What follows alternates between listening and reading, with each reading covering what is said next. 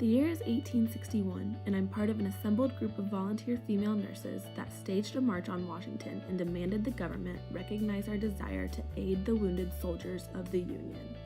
My name is Dorothea Dix, and the Secretary of War named me to superintend the women nurses assigned to the Union Army. My applications were simple. You must be 30 years of age and plain looking. Then the casualties began, and I was forced to alter my standards. I began accepting anyone who was willing to work. My female Civil War nurses were paid 40 cents a day with food, housing, and transportation. My male nurses received $20.50 a month, plus superior benefits. As the war dragged on, more and more women volunteered to help. Soldiers' wives, residents of battlefront areas, and agents of the U.S. Sanitary Commission all helped care for the sick and wounded by my side.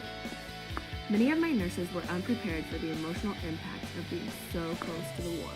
We saw mangled bodies from bullets and bayonets. We heard the cries of wounded, and we could smell the stench of rotting, amputated limbs.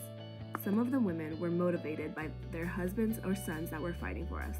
Others were motivated by patriotism alone.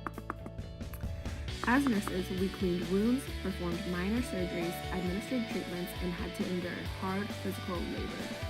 We worked under terrible conditions, were grossly understaffed, and were constantly exhausted.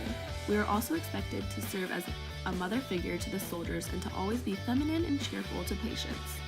In September of 1863, the War Department approved a new policy concerning nursing volunteers.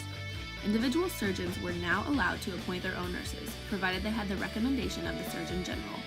This offered nurses who had been rejected by me to find another way to join the nursing corps, and the younger nurses began to appear in the hospitals.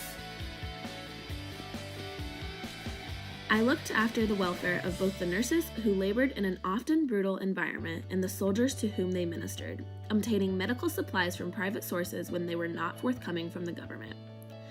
At the war's conclusion, I returned to work on behalf of the mentally ill.